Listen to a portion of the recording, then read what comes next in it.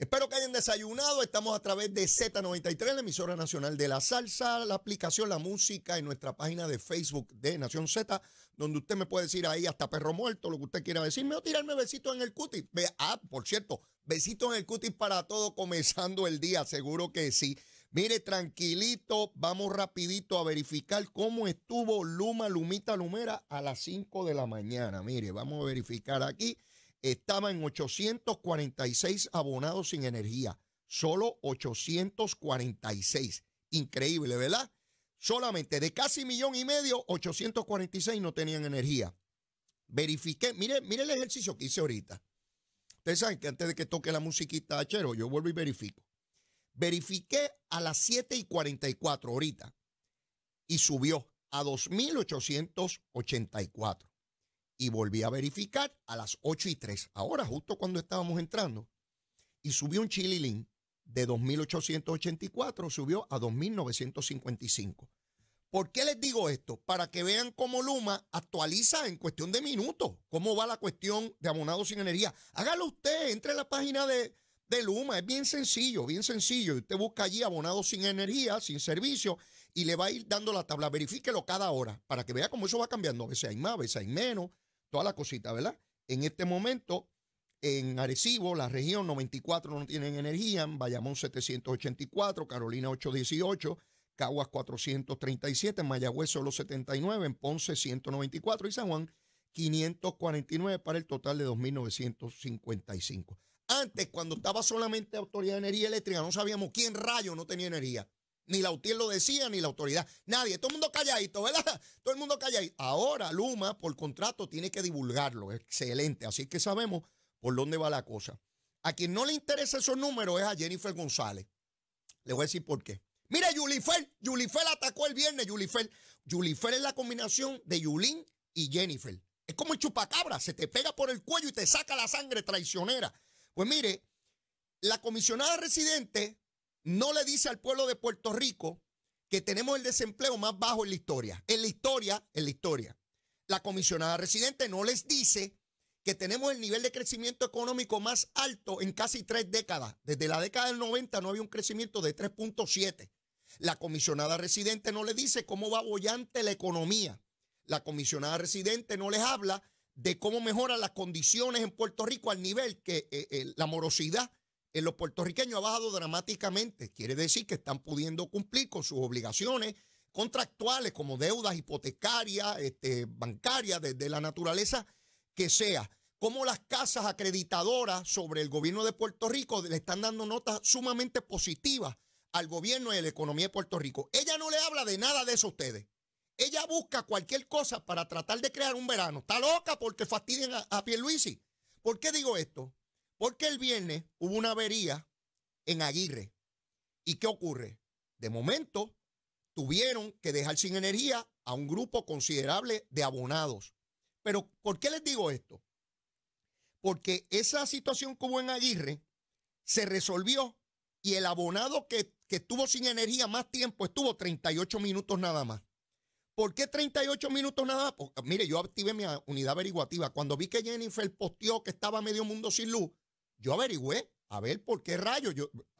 Eso es Yulifer, se le pega a uno como el chupacabra. Y yo chequeé y yo dije, espérate, que esta pájara a mí no me va a coger de tonto. Y verifiqué. Resulta que con la falla de Aguirre entraron otras unidades que tienen en reserva y rápidamente pudieron montar la energía eléctrica.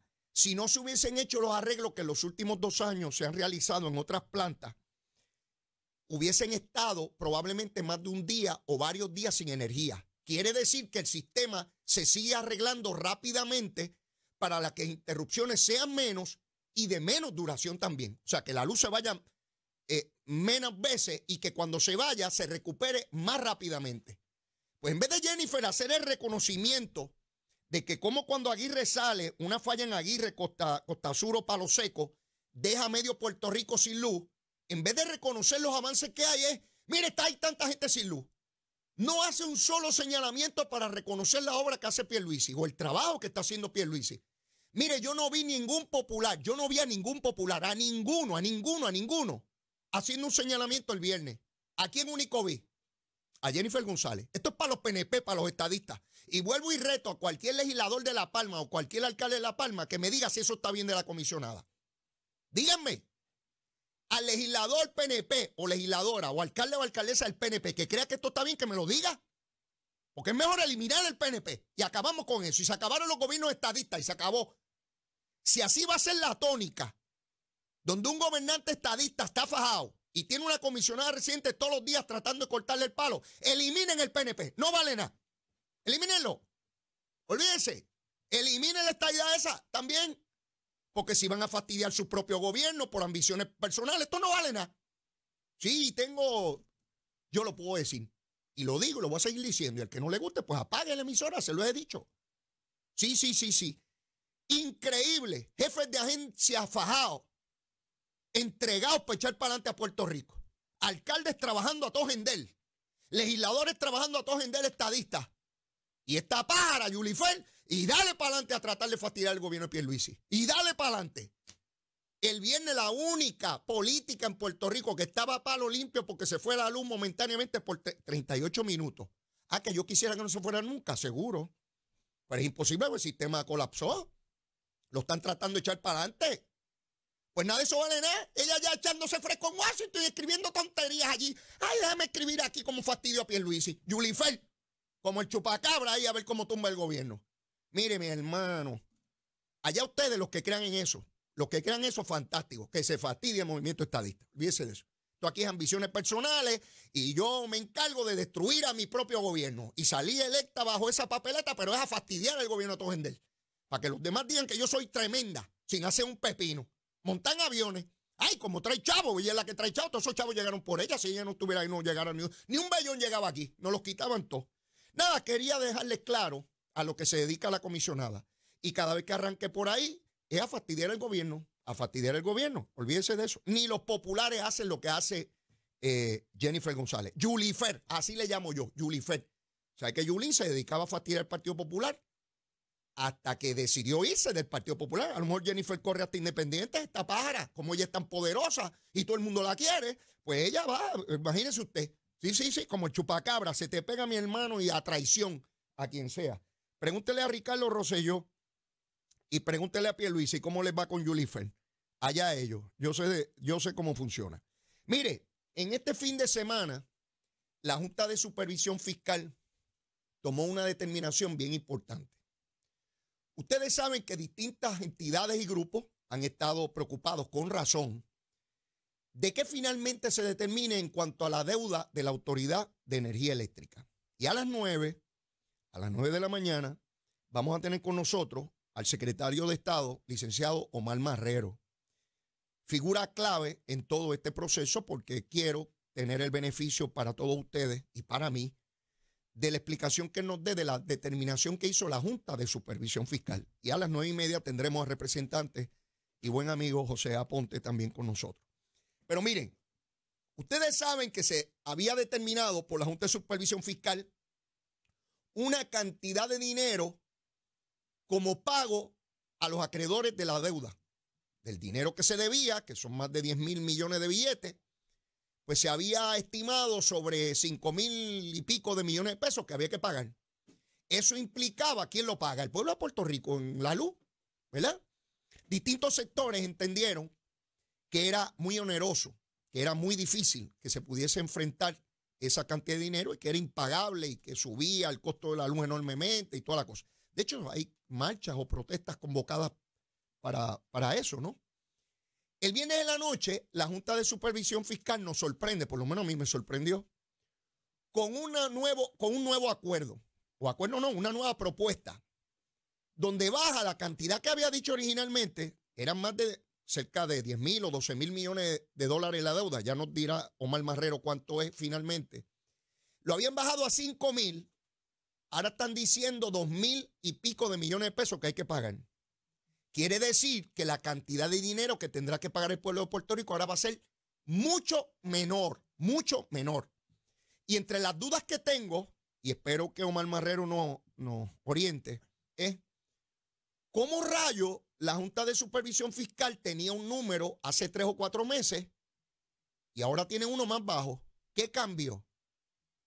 ¿Cuáles son los datos nuevos? Pues la prensa adelanta que la Junta dice que en el nuevo estudio que hicieron se encontraron con que gran cantidad de puertorriqueños se están yendo a placas solares. Eso quiere decir que si el ritmo continúa, cada vez será menos clientes y por menos tiempo los que se queden, los que se mantengan utilizando la energía eléctrica que produce las cafeteras esas anticuadas que nosotros tenemos. Quiere decir que si usted tiene menos clientes o los que tiene utilizan menos energía, usted produce menos dinero para pagar una deuda, ¿verdad? Y yo me pregunto, esa información no la tenían hace 3 o 4 meses en la Junta.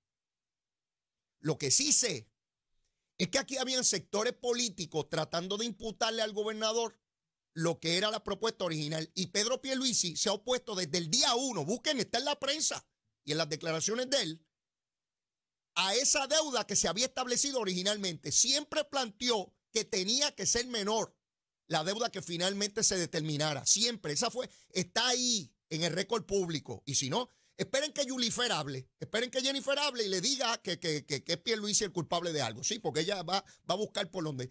El récord público está claro. El gobernador siempre se opuso a las propuestas de la Junta en torno a cuál iba a ser la deuda que finalmente se atendería. Hoy, la Junta se propone o ya le presentó a la juez Swain sobre 2,000 millones de dólares que hay que pagar. Originalmente la deuda cerca de 12,000 millones. Luego la bajaron a 5 y ya van por la mitad de eso también. Esas son buenas noticias.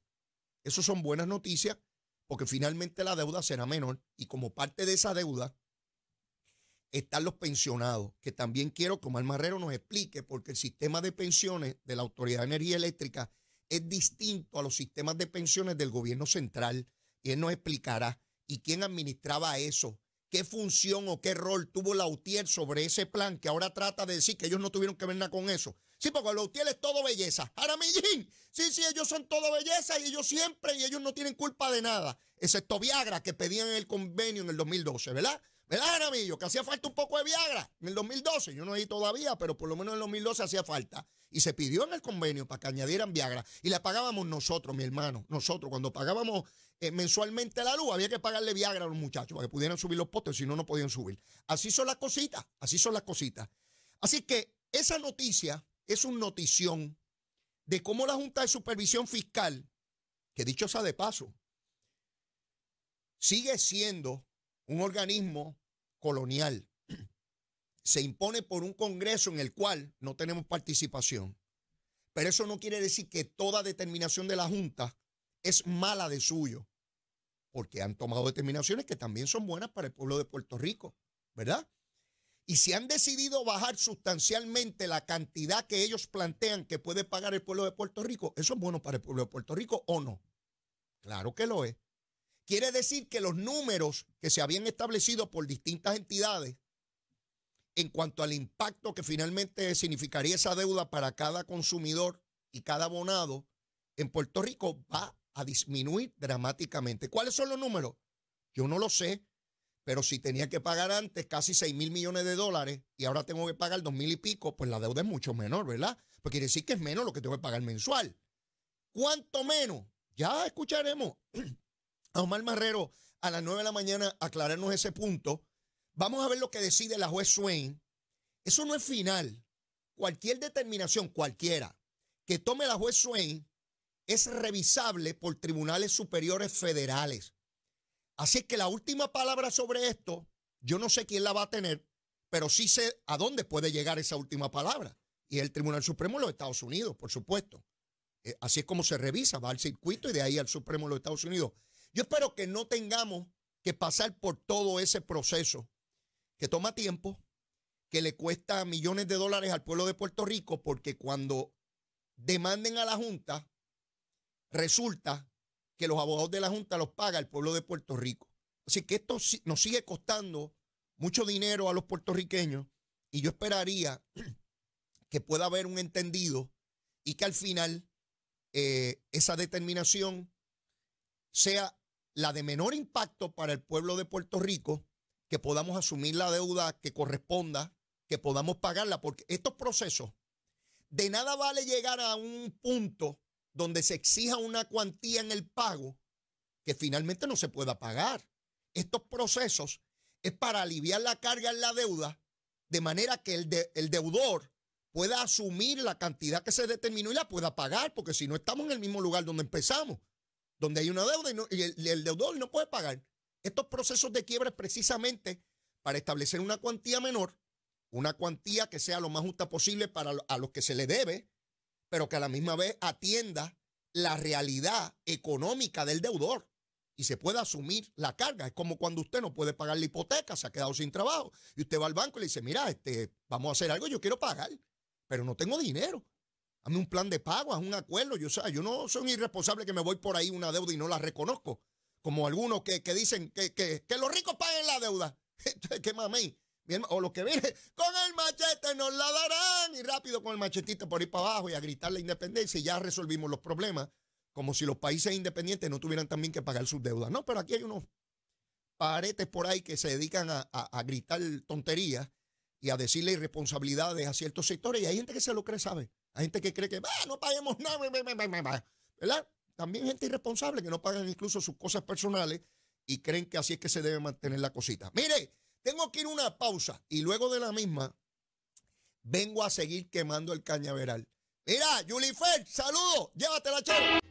La legislatura está por culminar esta sesión legislativa. Culmina el 30 de junio, ya este viernes. Entra en los últimos 5 días de trámite. ¿A qué me refiero? ¿Qué significa eso? En estos días la legislatura atiende aquellas medidas que fueron aprobadas en ambos cuerpos legislativos, pero que tienen diferencia o enmiendas y tienen que llegar a un acuerdo sobre las mismas. Cualquier medida que fue atendida en un solo cuerpo y en el otro no, pues sencillamente ya quedó ahí. Se puede atender la próxima sesión legislativa. Ayer, pues la reforma contributiva que había enviado el gobernador, las enmiendas a las leyes contributivas, que procuraba disminuir las tasas, lo que hay que pagar en contribuciones, particularmente a la clase media, a la clase trabajadora, se atendió en la Cámara con un proyecto sustitutivo y todas las medidas con relación a enmiendas contributivas de cuanto legislador había, lo metieron ahí e hicieron un Frankenstein, una cosa, un disparate, una loquera. Eso lo enviaron al Senado y allá pues no estuvieron de acuerdo con toda la cosa y liquidaron la reforma contributiva del gobernador. Eso pasa cuando usted tiene gente en la legislatura, en ese liderato legislativo, que están estrictamente jugando a la política en este proceso. Una cosa es tener diferencias o tratar de mejorar la legislación del gobernador y otra cosa es causar un entuerto con el único y deliberado propósito de que no llegue a nada y responsabilizar a todos y a la misma vez no responsabilizar a nadie. Cuando se generaliza la responsabilidad, acaba siendo responsable nadie. Y hoy, ¿a quién se le puede echar la culpa? Bueno, pues al legislador de su preferencia, ¿verdad? Obviamente del liderato del Partido Popular, porque ellos son los que tienen control sobre eso. ¿Qué se aprueba? ¿Cuándo se aprueba? Lo determina la mayoría.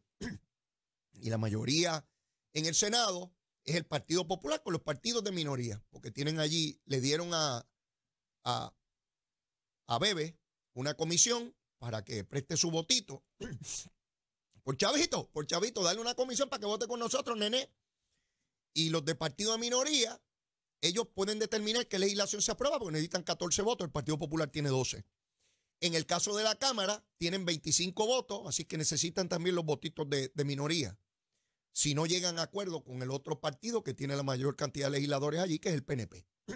Así las cosas, ustedes no tendrán un alivio contributivo, refiriéndome ahora a aquellos de ustedes que estén en ese renglón, trabajadores, clase media, donde se procuraba aquellos que tienen pequeñas empresas, pymes, que crean a su vez muchos empleos en Puerto Rico, pues no van a tener el beneficio de ese alivio contributivo.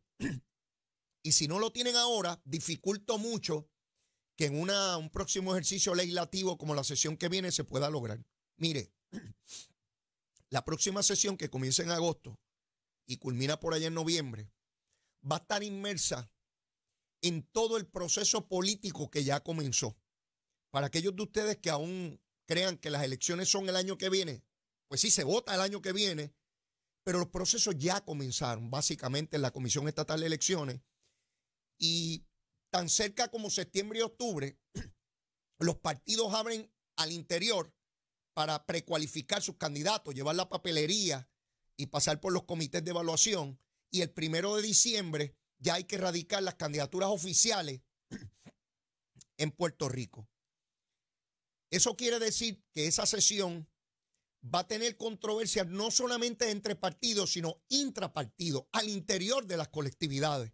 Y todos ustedes saben el gran reguero que hay dentro de esas delegaciones del Partido Popular, tanto en Cámara y en Senado, porque apoyan distintos candidatos, no han definido los candidatos a una cantidad inmensa e importante de candidaturas, como lo es a la gobernación. La de comisionado residente parecería estar decidida ya, pero uno nunca sabe. Y las principales alcaldías, el Partido Popular no tiene candidato aún.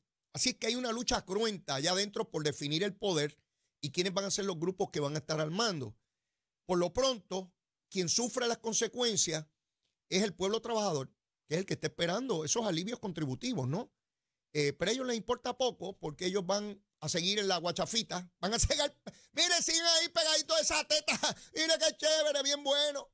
Otro asunto que se quedó en el tintero fue el aumento de salario a los jueces.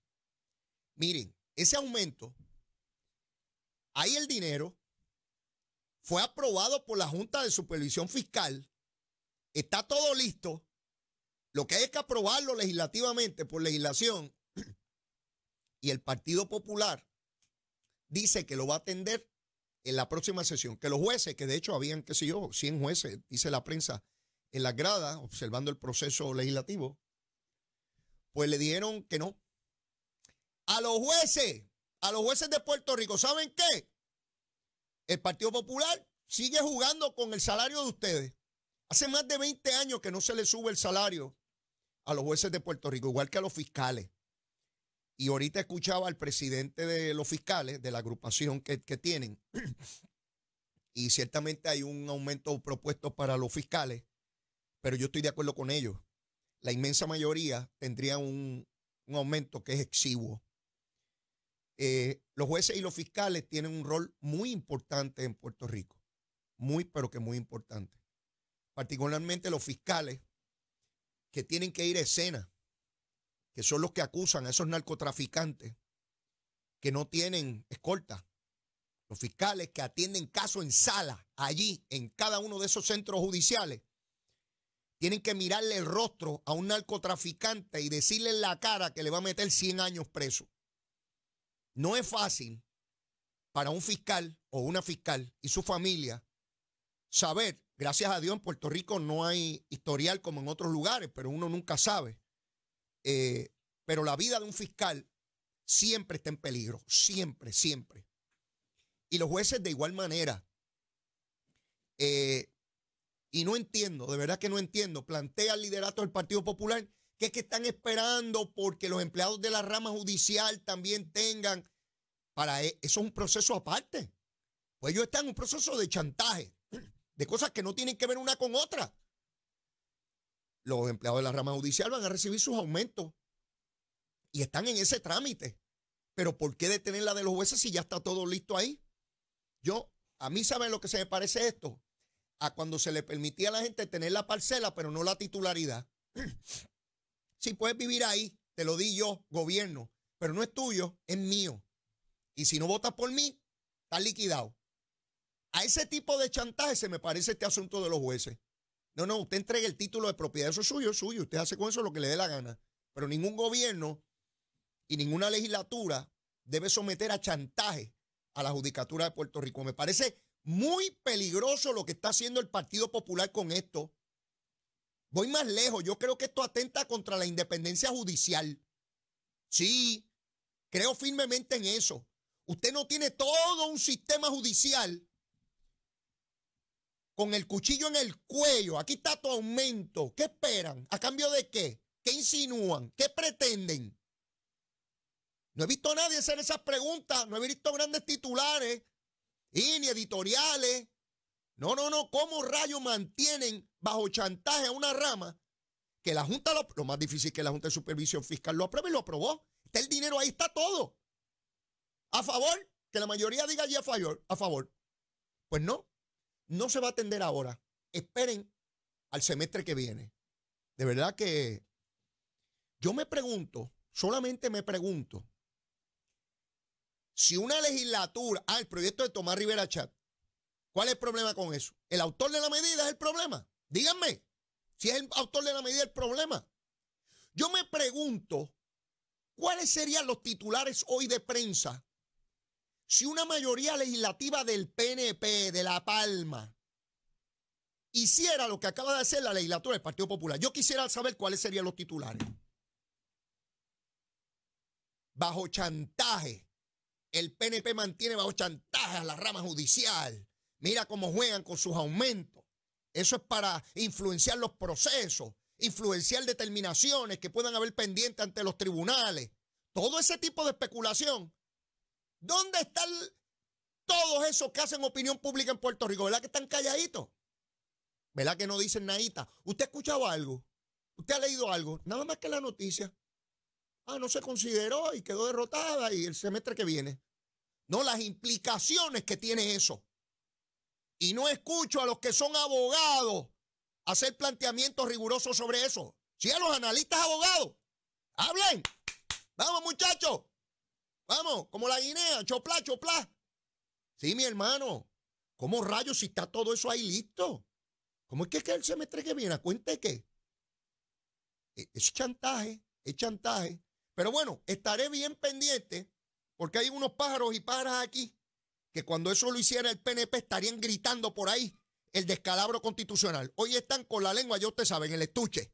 Hoy no hablan nadita sobre el asunto. Sigue Orlando Aponte en la legislatura de Puerto Rico. Ese pájaro presentó su renuncia y sus facultades constitucionales como legislador finalizan a la medianoche de este viernes.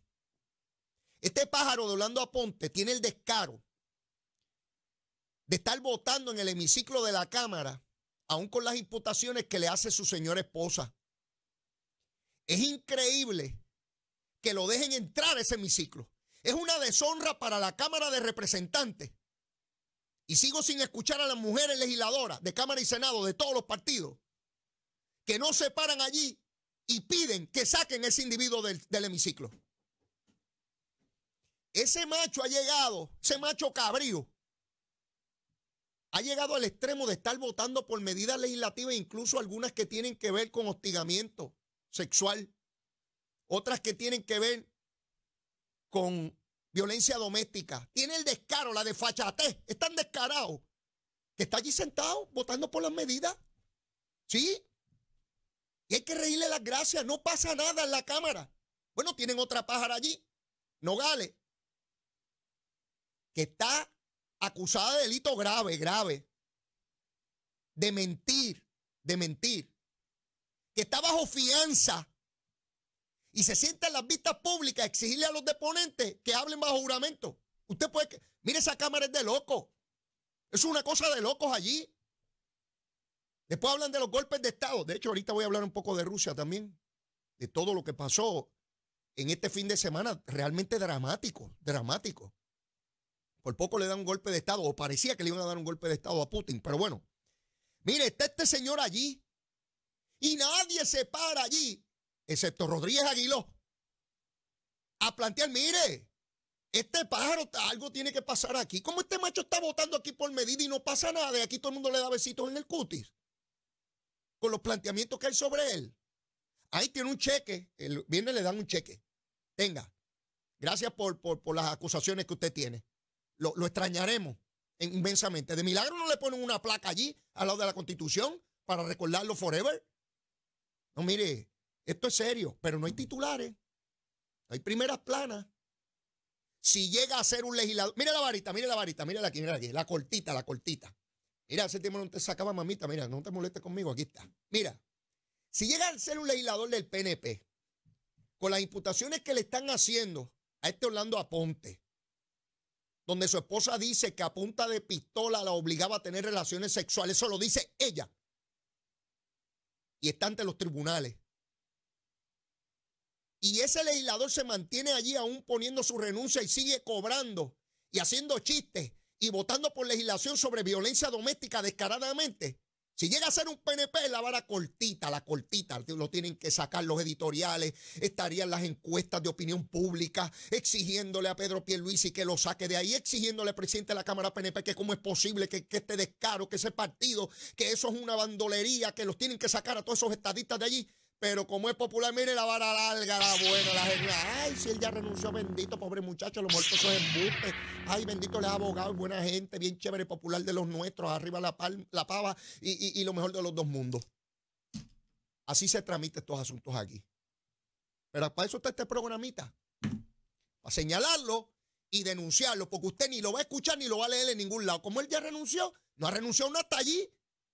Hasta el viernes sigue ese pájaro allí, hasta el último día sigue allí y no pasa nada. Igual que Nogalita, Marianita, desobando tortugas y toda la cosa, y esto es tremenda, pues, como independentista, pues tremenda. Si alguien hiciera lo que ha hecho Nogales, estuviese comulgado ya en la playa tirado. En la oficina sería en la playa y descalzo.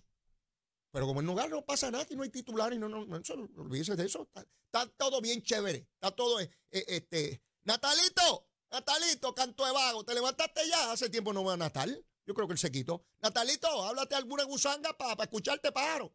Uno se acostumbra a escucharte llorando por ahí a tu vender. ¿Qué otras cosas hay pendientes de la legislatura? Pues a las 9:30, como les dije, voy a tener a José Aponte para que me dé un insumo de por dónde van los asuntos allá.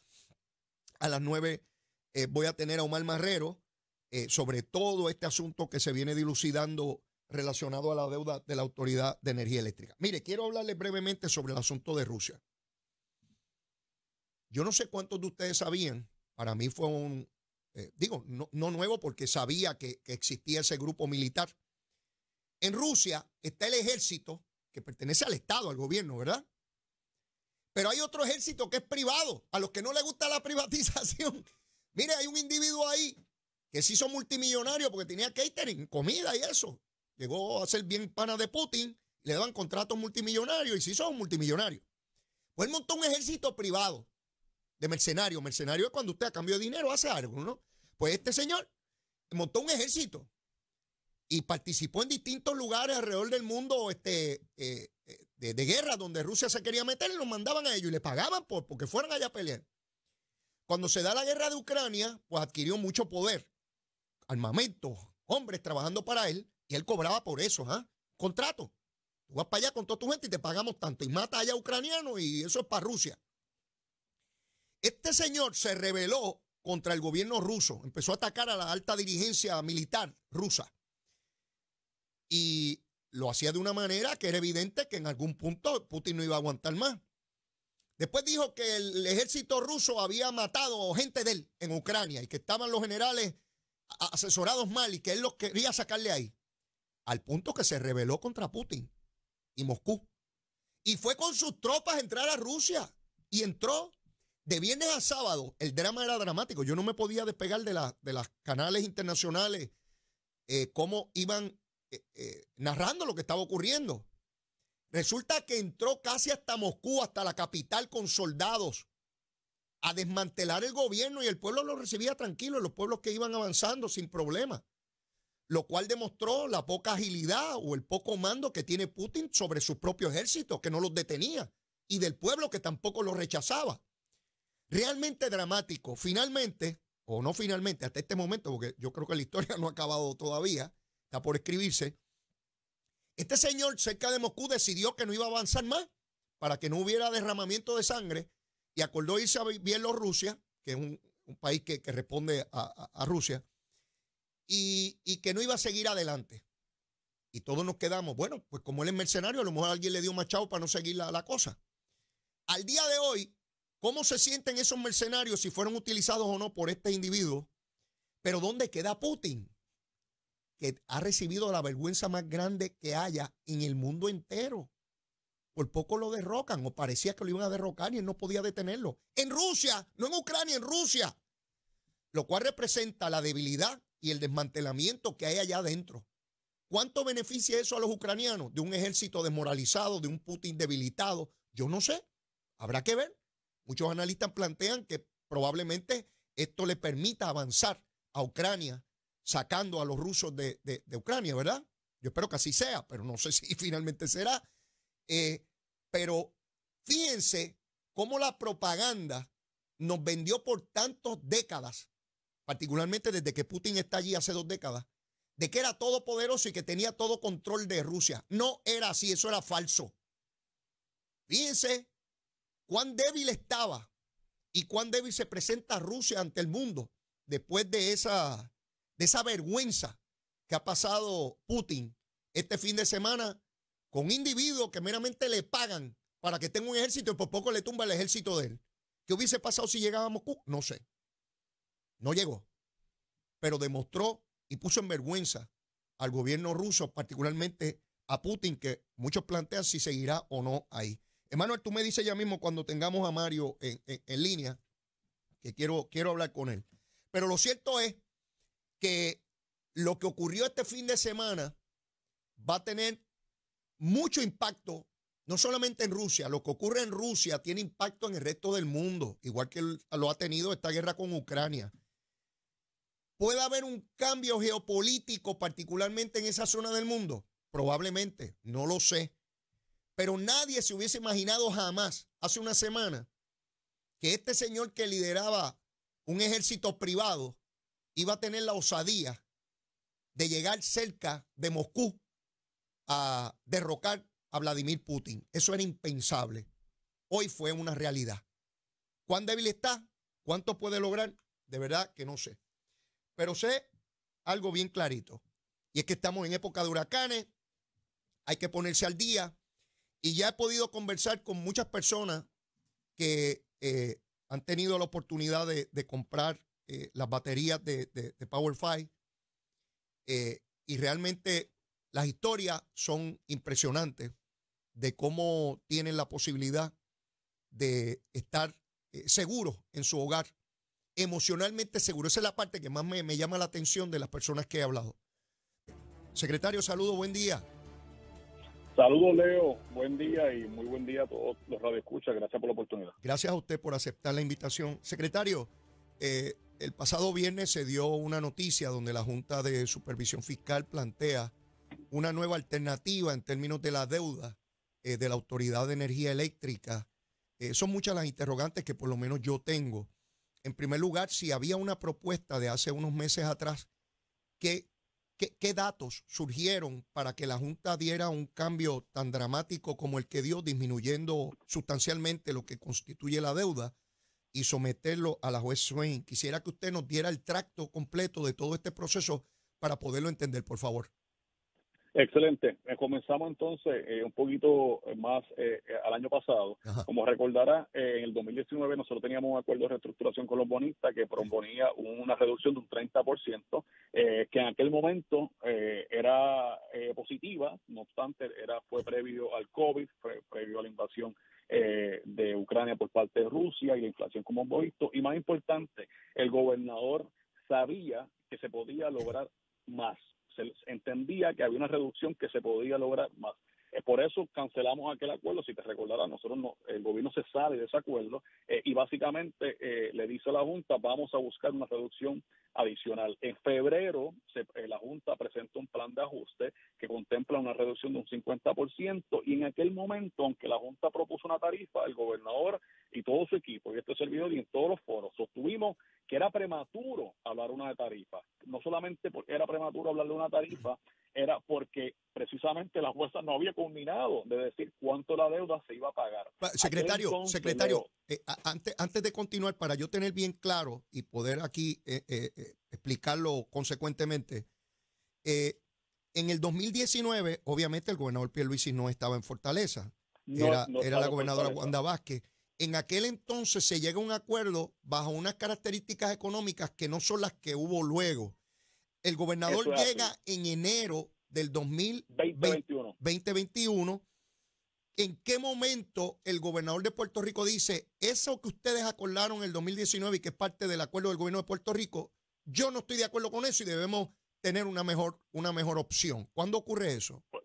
Bueno, la realidad es que el gobernador del saque nos pone la presión del plan de ajuste del gobierno central. Ok. Recuerda que en el 2021 la prioridad fue el plan de ajuste del gobierno central. Ahí comenzamos con una reducción sustancial y una vez logramos ese plan de ajuste con una reducción de casi un 80%, el gobernador básicamente se olvida y dice, nosotros tenemos que buscar una mejor negociación en el plan de ajuste de la Autoridad de Energía Eléctrica, precisamente porque las proyecciones que lo sostuvieron, por decirlo así, en aquel Sí. momento no se encontraban, no se Ok. justificaban.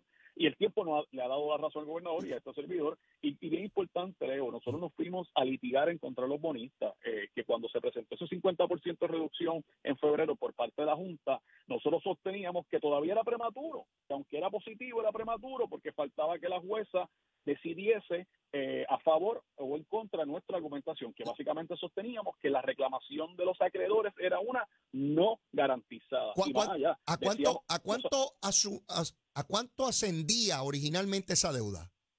8.500 millones, 8.5 billones sin intereses, sin intereses.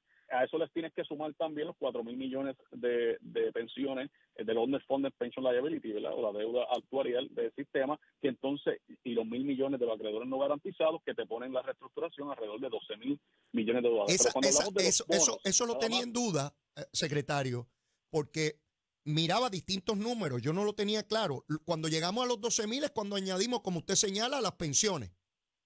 eso es así, que estaban hablando casi 4.2 billones, y uso billones de propósito para propósito ilustrativo, Sí. son 4.200 millones. Ok. Cuando lo añades, pues entonces te trepas en 12.000, y si le añades el 1.000 millones o 800 millones de acreedores no garantizados, pues estás hablando de una quiebra casi del tamaño de la ciudad de Detroit. De esa es la magnitud de que estamos hablando, que antes del impago del 2016 por parte del gobierno de Puerto Rico, Ajá. pues básicamente era la quiebra más grande que se conocía. Ya. De esa es la magnitud cuando hablamos de la Autoridad de Energía Eléctrica. Okay. Cuando ganamos la decisión de que la creencia no es garantizada, ¿qué pasa? Pues la jueza tiene que celebrar unas vistas de estimación, que básicamente es para determinar cuánto entonces de estos 8.5 finalmente hay que pagar. Okay. Porque nosotros también sostuvimos que no teníamos que pagar nada cuando estábamos en el litigio. Era, no solamente no es garantizada, es que básicamente la reclamación no se sostiene. La jueza nos dio la razón en el gravamen, no nos dio la razón en cuanto a la reclamación. En cuanto a la reclamación, la jueza dijo, vamos a ver evidencia de cuánto se puede sostener. En esas vistas de estimación que fueron hace 2 semanas, la Junta, y que nosotros apoyamos, presentó evidencia que no se podía sostener básicamente más de 2.5 billones o 2.500 millones, que es entonces, Leo, lo que se recoge en el plan fiscal que se certifica el viernes pasado, que como el gobernador y este servidor habíamos notificado, se iba a certificar un nuevo plan fiscal que proyectaba, en cuanto a tu pregunta, que proyectaba una reducción en la demanda sustancial, casi un 3% anual, que equivale casi a un 60% acumulado en un término de 25 años, que cuando lo ves, ¿qué te dice? Pues caramba, aquí los ingresos de la autoridad van a reducirse sustancialmente, obviamente por los 80,000 residentes y comercios que ya tienen placas solares, que equivale casi a 500 megavatios. Por lo tanto, si la demanda se escocota, los ingresos se escocotan y por lo tanto la capacidad de repago de la autoridad se escocota. Así que ya por eso es que la Junta no solamente certifica el plan el viernes, sino que presenta una moción en el tribunal y dice, señoría, de conformidad con el capítulo 8 de ese plan fiscal, la capacidad de repago de la autoridad no es de 8.5, es de 2.5. Por lo tanto, ese plan de ajuste, que se había incluso contemplado uno alrededor de 5.7 en febrero, se va a tener que enmendar. Así que ya la Junta acepta que la capacidad de repago de la autoridad es menor, que va a tener que enmendar el plan de ajuste para reducir sustancialmente ese cargo heredado, que todavía no ha dicho cuánto. Así que, Leo, si hay alguien que sale por ahí diciendo va a ser tanto, es prematuro y está especulando. Todavía quiero ir a algo, secretario. En febrero de este año, la Junta somete que se puede pagar más de 5,000 millones. ¿Estoy en lo correcto? 5.7. Eso básicamente es el tamaño de lo que en aquel momento ellos determinan que se puede pagar. Eso fue en febrero de este año, ¿verdad? Eso es así, previo a la decisión del gravamen, previo a nosotros haber prevalecido en la decisión de que la jueza dice esa creencia o esa deuda que se tienen con los acreedores no garantizada, no es tan fuerte como ellos dicen. Ok. Esa parte es un poco compleja para la inmensa mayoría de nosotros, ¿verdad? De que qué deuda es fuerte y qué no es fuerte, ¿verdad? Pero sin entrar... Pero en arroz y chuela, Leo, y gracias porque es verdad, a veces me pongo técnico y yo creo que si lo ponemos arroz y chuela, en arroz y chuela, mire, secretario. Los bonistas querían que se le pagara todo y solo los intereses. Y eso no es sostenible. Ok, mire, vamos a hablar como hablo yo en Capetillo, allí en Río Piedra. ¿Usted sabe dónde queda eso? Para que todo el mundo nos entienda. ¿Cómo es posible, secretario, que fue una de las dudas que me surgió esta mañana cuando leo más información sobre esto? ¿Cómo es posible que en febrero la Junta entendiera que podíamos pagar más de 5,000 millones y el viernes bajó a 2,000 y pico de millones? Es básicamente porque el gobierno de Pedro Pierluisi fue allí al tribunal y dijo, esos 5,000 y pico, eso no está garantizado y eso no lo pueden tomar como base. ¿O fue este otro argumento, secretario? Se lo traigo todo para que me explique. El proceso de la reestructuración corre 3 procesos paralelos. Okay. Plan de ajuste, la mediación y litigio. Y todos están relacionados. Así que lo que sucede en uno afecta a los otros. Okay. Lo primero, se gana el gravamen. Y se gana la decisión donde se evidencia que esa deuda no es tan fuerte como ellos dicen. Por lo tanto, tenemos la opción de reducirla más. Eso es bien importante porque si hubiésemos perdido ese argumento, se nos hubiese hecho más difícil hacer el argumento. Espérate, vamos a reducirla. Así que lo primero es que legalmente tenemos un argumento a nuestro favor. Y segundo, financieramente tenemos otro argumento a nuestro favor. Y es que las proyecciones que se utilizaron el año pasado, que básicamente el plan fiscal que estaba vigente en febrero, se tenían que revisar porque las proyecciones iban a reducirse en cuanto a la demanda. El plan fiscal se revisa una vez al año.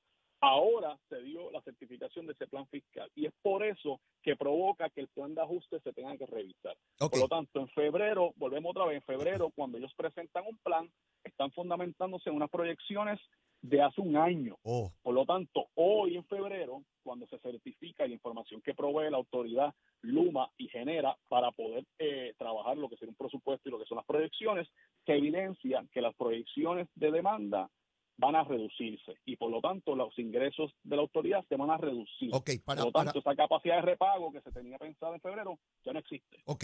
Ahí aclaro mi duda, pero quiero todavía que estemos todos claritos, los que nos ven y nos escuchan. Secretario, como más personas, más abonados de energía eléctrica están montando placas solares, utilizando otros mecanismos para obtener energía, quiere decir que lo que conocemos como energía eléctrica, que ya mismo va a ser Genera, pues no va a tener tanta gente pidiéndole energía, pidiéndole luz, vamos, lo que decimos en la calle. Si yo tengo menos clientes comprándome luz, quiere decir que voy a tener menos dinero para pagar una deuda. Y el año pasado se decía que yo iba a tener 100 clientes, pero este año cuando revisamos yo voy a tener 50 clientes nada más. Pues si tengo menos gente comprándome, tengo menos ganancia y menos dinero para pagar la deuda. Por tanto, la Junta tuvo que decir, espérate, Luma me está diciendo que ya hay 70, 80 mil hogares con placas, quiere decir que en un año habrán 100 y pico de mil, después 300,000, son 1,400,000 y pico de abonados, no son 8 millones. Pues si eso sigue aumentando, la cantidad de gente que se desconecta de energía eléctrica, pues cada vez tendremos menos dinero para la deuda y si yo digo que vamos a pagar tanto, no vamos a tener dinero para eso. Eso fue lo que ocurrió, secretario. Exactamente, Leo. ¿Y por qué se tiene que reducir? Porque si no se reduce, significa que vamos a tener que cobrarle más a los que nos quedamos conectados. Y eso no es una opción, obviamente. Eso no es sostenible porque y por eso que se da este escenario. Los que se salen, pues se fueron con su energía, pero leí todo día que se quedó pegado a energía eléctrica, todos los años se lo tendrían que subir porque hay menos dinero, pues aquí se lo vamos a... ¿Cómo hace el gobierno cuando le falta chavo? Que pone contribuciones, pues más gente, los que pagan siguen pagando cada vez más. Pues para evitar eso, pues en vez de pagar 5,000 y pico de millones, pagamos 2,000 y pico de millones. Secretario, ¿hasta dónde ese número es final y firme? Si se puede hablar de eso en algún momento. Todavía no lo es, Leo, y qué bueno que hace esa pregunta para ser responsable. Esto es lo que la Junta presenta y como sucede en cualquier proceso de litigio, ahora los acreedores van a tener la oportunidad de cuestionarlo, de solicitar descubrimiento de pruebas, así que para mañana a las 2 de la tarde se le va a estar presentando un estatus, ¿verdad? O una actualización de los trabajos a la jueza. Para el 28, este miércoles, la Junta tiene que presentar ya en más detalle cuáles son las enmiendas que va a hacer este plan de ajuste, aunque ya dio un básicamente en la moción el viernes pasado. Así que esto no es final y firme. Todavía la jueza tiene que determinar cuánto, los 8.5, se tienen que pagar, si nos va a dar la razón a la Junta de que son 2.5 o 100 menos, 100 más. Y como te menciono, hasta que no se determine eso, no sabremos entonces cuánto va a ser la tarifa que finalmente se tenga que establecer por el negociado de energía, que no necesariamente, Leo, para ser responsable, va a ser X cantidad, porque todavía es prematuro, no sabemos ni cuánto se va a finalmente tener que pagar, y es el negociado quien, mirando toda la data, toda la eficiencia, la medida que se están tomando con FEMA, con Genera, y en el renglón de combustible, sabe si es ciencia cierta vamos a ver una alteración. Secretario, quiero repasar con usted los escenarios más probables. Uno, que la juez diga que en efecto eso es lo que va. Esa determinación de la juez es revisable en los tribunales federales y debo entender que los bonistas van a subir.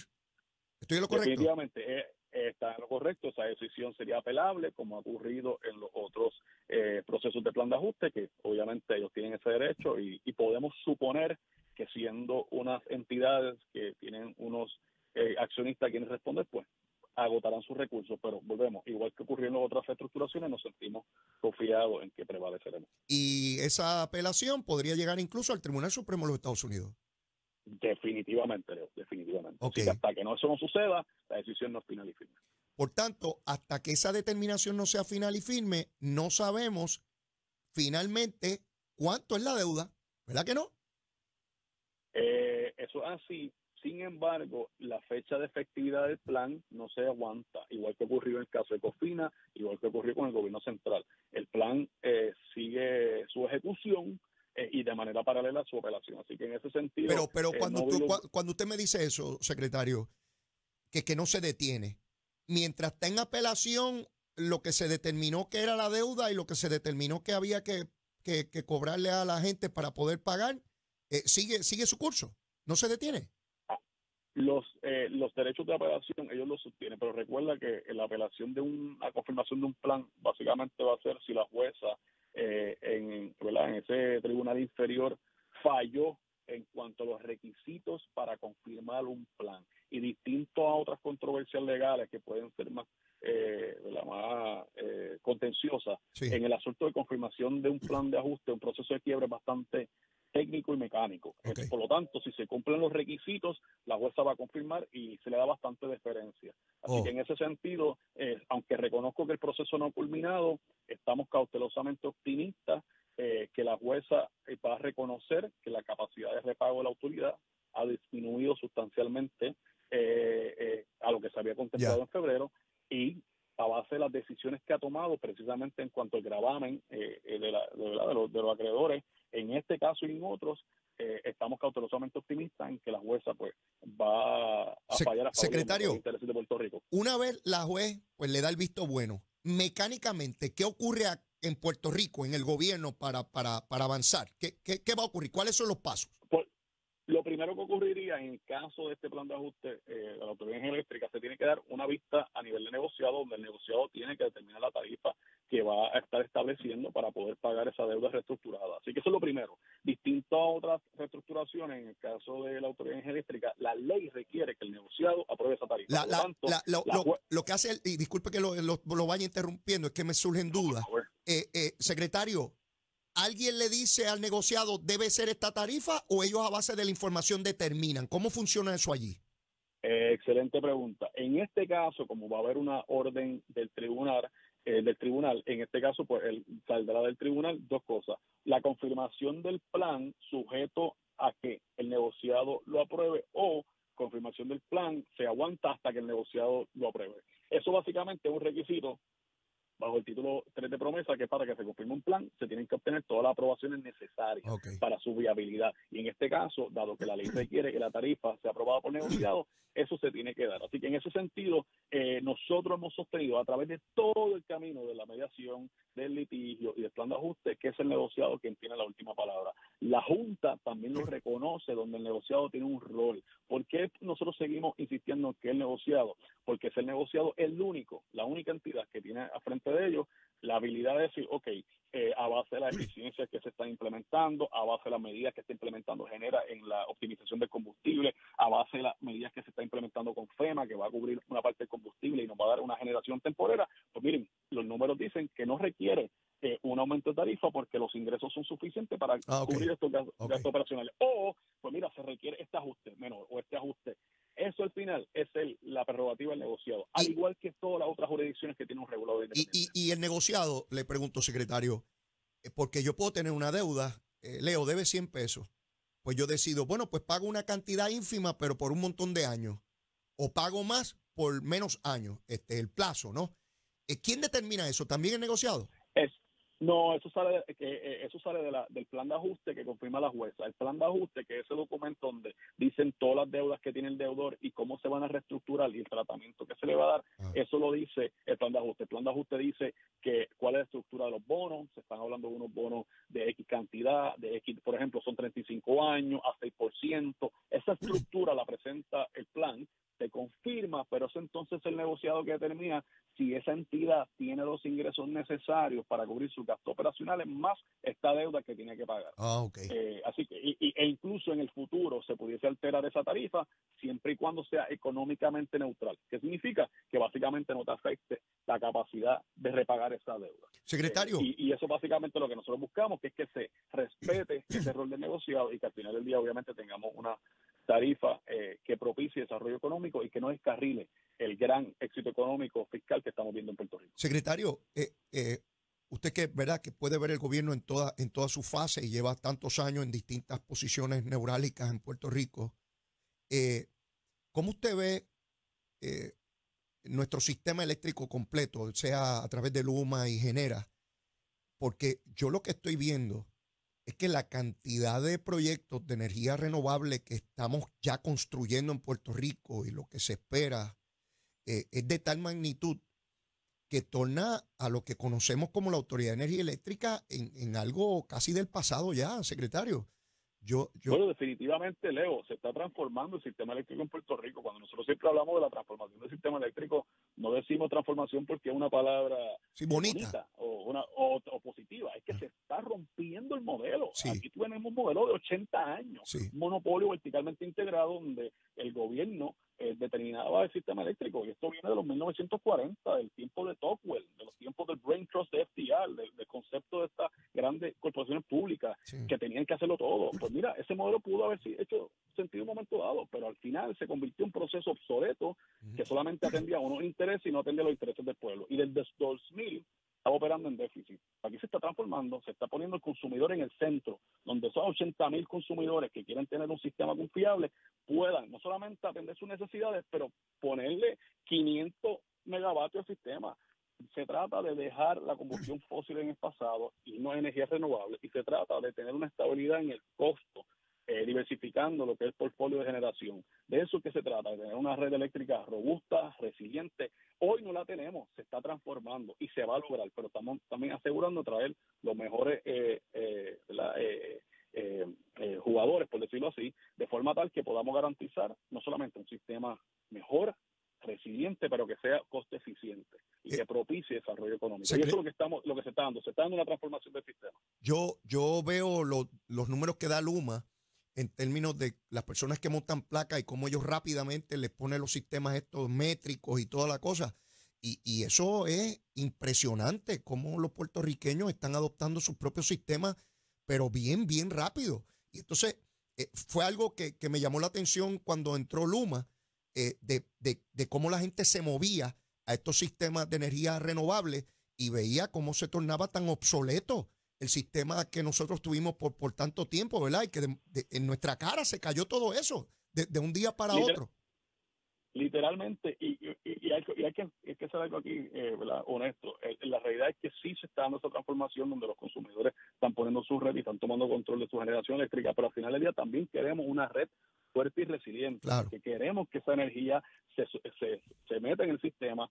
Si vuelve a ocurrir un María, queremos tener la generación distribuida. Todo esto venimos hablando desde el 2018, Leo, y se está logrando. Lamentablemente no pasa de la noche a la mañana, pero sí se aprobó las leyes. Se aprobó la ley de transformación del sistema eléctrico en 2018, se aprobó la ley 17 en 2019, la ley que establece la política pública energética a favor de energías renovables, y se está trabajando no solamente en el sector residencial, a gran escala y sobre 3.000 básicamente megavatios que se están trabajando en el sector eléctrico para traer energías renovables, pero también queremos cambiar el combustible en lo que es nuestro sistema de generación a uno más eficiente, más limpio. Hablamos de gas natural, también hablamos de optimizar lo que son las hidroeléctricas. La realidad es que estamos en un momento de transformación, Sin duda, que es sin duda. la iniciativa más importante que tenemos de nosotros. Es compleja, no solamente se trata de transformar lo que son las operaciones, pero es reconstruir la red optimizando los fondos federales, que de otra manera, Leo, tendríamos que cogerlo prestado y no tenemos que cogerlo prestado, Claro. porque ciertamente es una oportunidad dorada. Y finalmente reducir lo que es sustancialmente la deuda heredada, porque al final del día hay que recordar que aquí desde el 2017 no se ha cogido un centavo en deuda, Así ni un es. centavo en deuda se ha cogido aquí. Aquí lo hemos estado haciendo, optimizando las operaciones, reestructurando nuestra deuda, de forma tal que tengamos un gobierno eficiente, fiscalmente responsable Secretario, y atendiendo las necesidades del pueblo. brevemente, porque ya nos queda poco tiempo, veo las casas acreditadoras dando buenas señales, ubicando el gobierno, la salida de la quiebra, y eran noticias impensables hace un par de años atrás, ¿no? Que empezaran a mirar a Puerto Rico. Usted que ha estado en esas reuniones, que ha estado en New York, frente a inversionistas, a casas acreditadoras, brevemente, dígame, ¿cómo usted lo ve? Bueno, es un cambio del cielo a la tierra. Tú recordarás que la portada del 2016 era la bancarrota del gobierno, Puerto Rico era la Grecia del Caribe, todo era negativo, todo era negativo. Hoy vemos un mercado financiero y que de capitales mirando a Puerto Rico, reconociendo, validando el trabajo y la voluntad política que ha puesto el gobernador en poner las finanzas en orden. Ha reconocido las políticas públicas que se han establecido, como el DMO en 2017, que ha permitido tener un sector turístico impensable hace 10 años, donde vemos una recuperación liderando. Puerto Rico está liderando la recuperación turística a nivel nacional. La realidad es que están validando. Fitch, S&P, Moody's son entidades que están viendo que aunque hay trabajo pendiente, hay que reconocerlo, Claro. se ha dado un progreso significativo. Leo, para que tengas idea, que Dios no lo quiera, pero si inicia un huracán, ya tenemos dinero en la cuenta, Leo, tenemos sobre $1.000 millones para un working capital, que eso nos atiende más de los 90 días en nuestros gastos operacionales. Tenemos un fondo de emergencia de 1.300 millones, eso no lo teníamos cuando llegó María. Tenemos un seguro paramétrico y tenemos nuestras finanzas en orden en caso de tener que ir al mercado en un momento de crisis para emitir deuda y atender nuestras necesidades. Eso es en el ámbito fiscal. En el ámbito económico tenemos una base contributiva diversificada. Tenemos sobre 12.000 millones de dinero de recaudos, incluyendo un room tax que sobrepasa los 1.000 millones. Estamos viendo indicadores económicos que no los decimos nosotros, es la Reserva Federal, el Bureau of Labor Statistics, donde reconocen que la economía de Puerto Rico está en un momento histórico. Eso no se da en el vacío. Se da cuando tiene una administración seria, responsable, que está tomando las decisiones que hay que tomar y que viene trabajando desde hace un tiempo estas zapatas que queríamos tener. Así que ya no lo decimos nosotros, Leo, como tú dices, lo valida las agencias acreditadoras, las mismas agencias acreditadoras que estaban diciendo que Puerto Rico estaba en un free fall, ¿verdad? En una caída libre. Hoy decimos que Puerto Rico tiene sus mejores días en el futuro, que siempre supimos que un mejor Puerto Rico era posible. Lo estamos viendo con la política pública que se ha implementado en los últimos años, y estamos viendo cómo el gobernador está optimizando esta oportunidad histórica para legarle a futuras generaciones un Puerto Rico más fuerte, más resiliente y fiscalmente responsable. Secretario, y como oportunidad económica para todos. Se nos termina el tiempo. Quiero agradecerle su participación y felicitarlo. Felicitarlo porque sin lugar a duda usted es una estrella, ha sido un funcionario de excelencia, ha ocupado y ocupa posiciones de alta envergadura en nuestro gobierno y gran parte de ese éxito se debe a funcionarios de la talla y de la calidad de usted. Mi felicitación y el mayor de los éxitos, secretario. Me honra con tus palabras, Leo, pero reconozco que detrás de mí hay unos equipos excelentes en la FAP, en el Departamento de Hacienda, en OGP, y también tenemos otros compañeros también que apoyan esta gestión y obviamente un gobernador que ha puesto su voluntad política, su liderazgo y ha pensado en la próxima generación más allá de la próxima elección. Muchas gracias, secretario. Éxito. Bueno, mis amigos, escucharon al secretario de Estado, licenciado Omar Marrero, en una explicación excepcional sobre lo que está ocurriendo en términos de la quiebra y la salida de la misma de la Autoridad de Energía Eléctrica. Tenemos que ir a una pausa, pero luego de la misma, el representante José Aponte nos pone al día de por dónde van los últimos días de sesión. Llévatela, Chero. ¿Qué almorzamos hoy? ¿Seguro? ¿Quieren algo fresquecito? Mira, ¿Una qué? algo bien liviano, una chuletita cancán. Tú haces eso para fastidiarme a mí. Tú sabes que yo soy un chuletero viejo. Una chuleta cancán, ¿con qué? Una chuletita cancán, pero mire, que ese chicharroncito esté ahí voladito. José, ninguna chuleta cancán es chuletita. Es una chuleta cancán. ¿Cómo una chuletita? Es una chuleta grande ahí, brava. Esa chuletita con ese cuerito así bien tostado. Muchacho, tú me has dañado la mente a mí. Con un mofonguito. Mofongo. Que lo puede, tú puedes decidir la opción del mofonguito de plátano, como puede ser un mofonguito de amarillo. Ay, ese me gusta más. El de amarillo, me encanta. O puede ser un trifongo.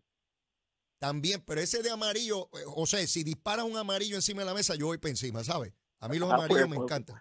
Mira, ¿con qué bajamos eso, José? Hay que seguir trabajando después. Pues con agua. Está bien. Vamos a dejarlo ahí, José, que hoy es lunes.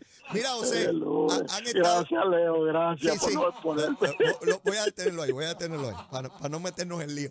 Mira, José, están en los últimos días de sesión, ya el viernes culmina esta sesión legislativa.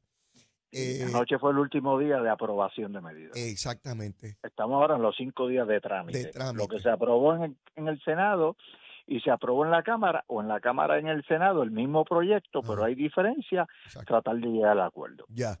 Mira, José, en términos de la reforma contributiva del proyecto que envió el gobernador, leo en la prensa que el Senado pues lo escocotó y entonces... ¿Pero por qué? Bueno, yo te pregunto... ¿Sabes por qué? Explícame. Ok. Hay una persona en el Senado que tiene una proyección de ser el que más sabe de Hacienda. Zaragoza. Y lo trastocó por completo. Él tenía su propio proyecto y lo que hizo fue que bajó un sustitutivo de reforma contributiva metiendo todo lo que él quería y no lo que había enviado el gobernador. De esa manera, forza a nuestra delegación en el Senado a tener que votarle en contra, porque si se dijera que eran propuestas razonables, pues uno las trabajaba independientemente de quién las estuviera proponiendo, pero asuntos que no son que son irrazonables, asuntos que no tienen validez en números, pues no se puede aprobar así en el último momento. Pero a la traer. Para yo estar claro en cuanto al trámite, José, el proyecto que derrotaron anoche no fue el que envió la Cámara ya. Bueno, fue el que envió la Cámara con unos arreglos y unas enmiendas que básicamente lo trastocaba todo. Por eso, básicamente era un sustitutivo. Ok, porque veo gente en el Senado acusando que fue la Cámara la que hizo un Frankenstein cogiendo legislación sobre contributiva de varios legisladores y lo montaron todo en uno y mandaron eso al Senado. ¿Eso fue lo que ocurrió en la Cámara? No fue en esa forma. No. Lo que pasa es que ahora vamos, allá en el Senado, todos sabemos, el pueblo de Puerto Rico completo sabe que desde el principio de la radicación del proyecto por parte del Ejecutivo, hubo una persona en el Senado que dijo, sí, radicaron eso, pero eso no se va a trabajar porque se va a trabajar el mío. Ok. Eso fueron expresiones públicas. Sí. Yo tengo mi propuesta de reforma contributiva. Entonces pero vi que solamente 3 legisladores populares le votaron a favor. O sea que los mismos populares de Zaragoza le derrotaron su proyecto.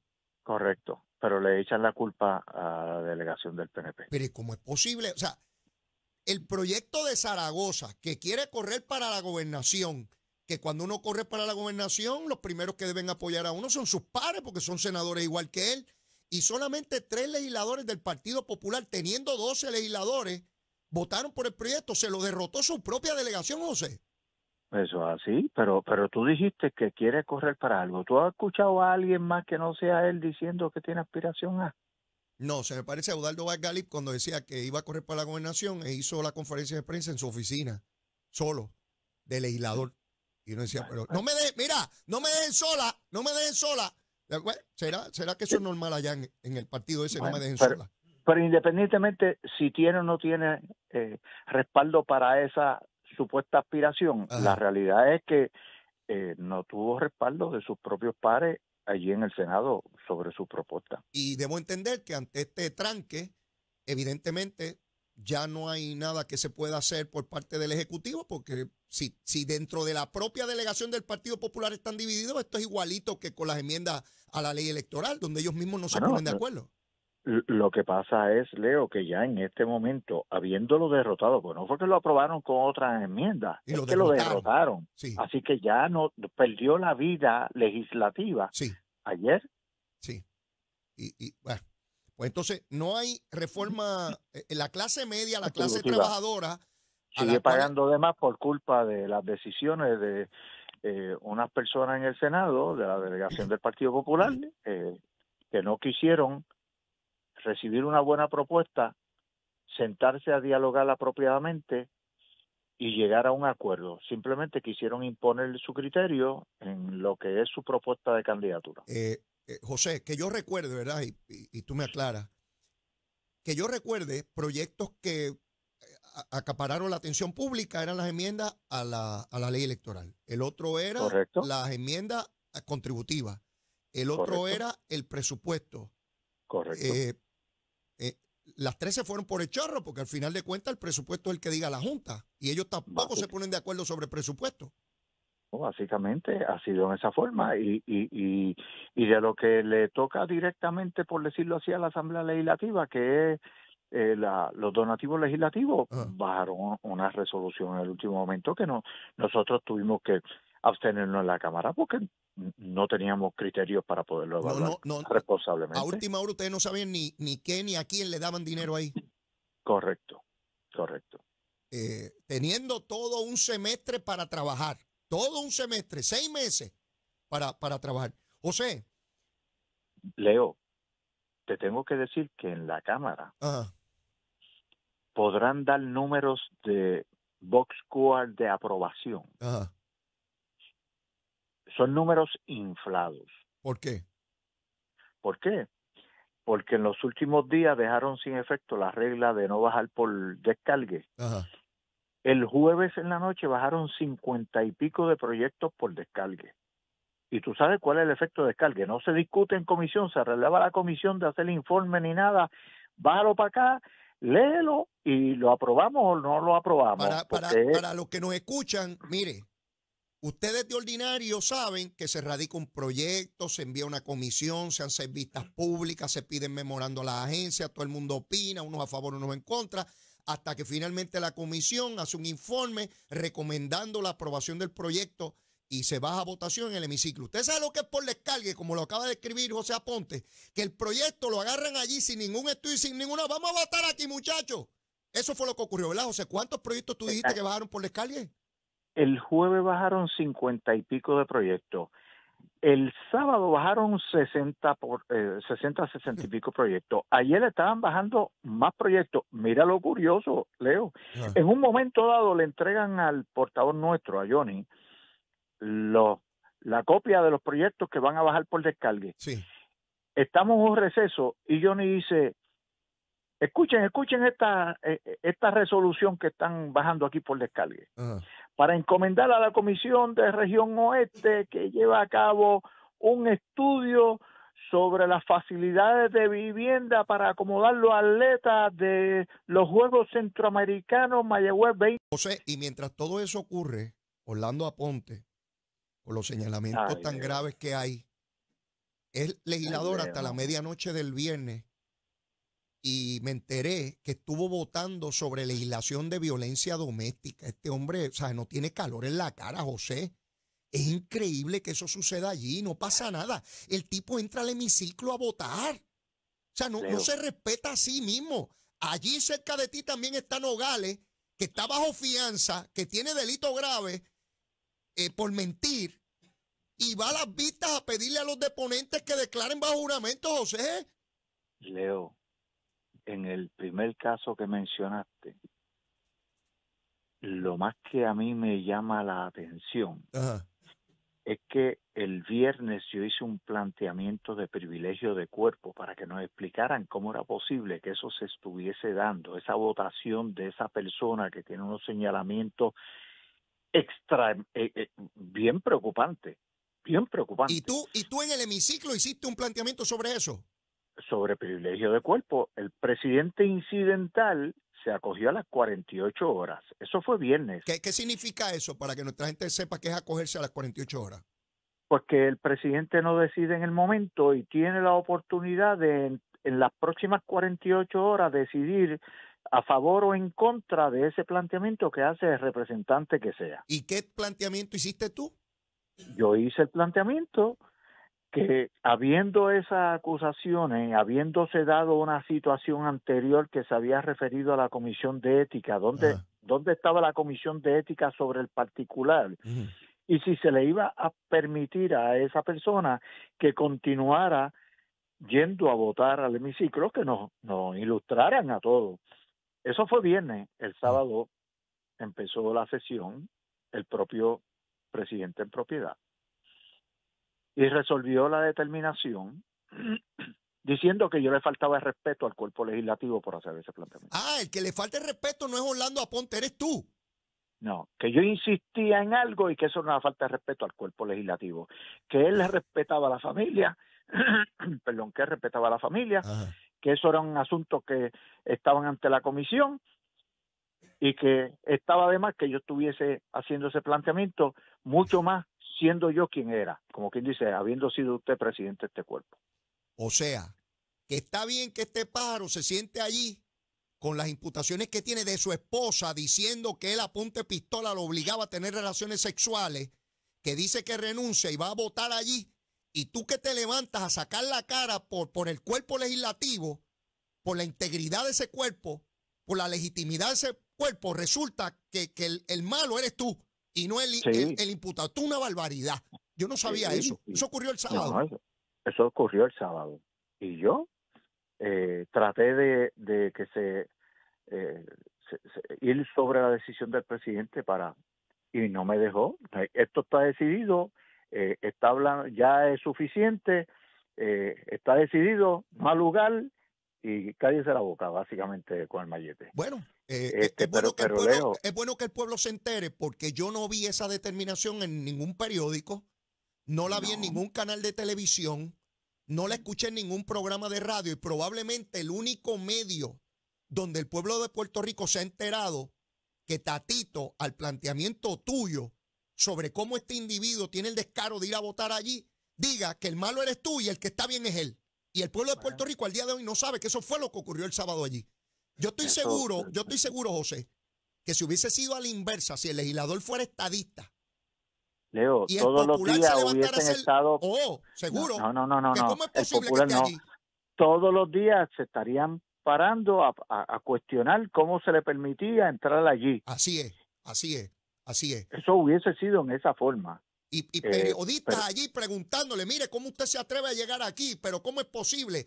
Editoriales, sondeos de opinión pública. ¿Usted permitiría que fulano? No pasa nada, José, no pasa nada. pero fíjate que lo que son las cosas. Eso fue sábado comenzando la sesión, esa determinación de no al lugar, que lo pudo haber hecho sin decir usted le falta respeto al cuerpo y usted habló de más y usted Sí. esto, lo que tenía que decirle no al lugar, habiendo evaluado su planteamiento, no al lugar y ya, pero no, quiso darme un golpe, pues posiblemente se sentía presionado por su delegación que le estaban reclamando, mira, que tú haces con José Aponte, que Sí, tú sí, lo estás poniendo contra la pared, claro. pero después, terminando la sesión el sábado, Ajá. yo hice otro planteamiento, que la Comisión de Ética atendió la querella original que envió el presidente de que el representante imputado no había cumplido con el reglamento de ética de la Cámara y no había notificado a la Cámara, y que entendía que ya había una decisión de la comisión y que mi planteamiento de privilegio era que nos pusieran en contexto de dónde estaba esa querella, que sabemos que las comisiones pueden tardarse un año en informar algo que atendieron, pero siendo un asunto tan importante que si nos podían dejar saber. Se comprometió en que ayer, comenzando la sesión a la 1 de la tarde, me estaría respondiendo. Pues no fue en ese momento, fue ya terminada la votación y todo, a las 9:00 de la noche. Señor Aponte, usted hizo una presentación sobre tal cosa, quiero preguntarle al presidente de la comisión que nos informe sobre el particular. Ángel Matos, portavoz y presidente de la Comisión de Ética. ¿Y qué informó?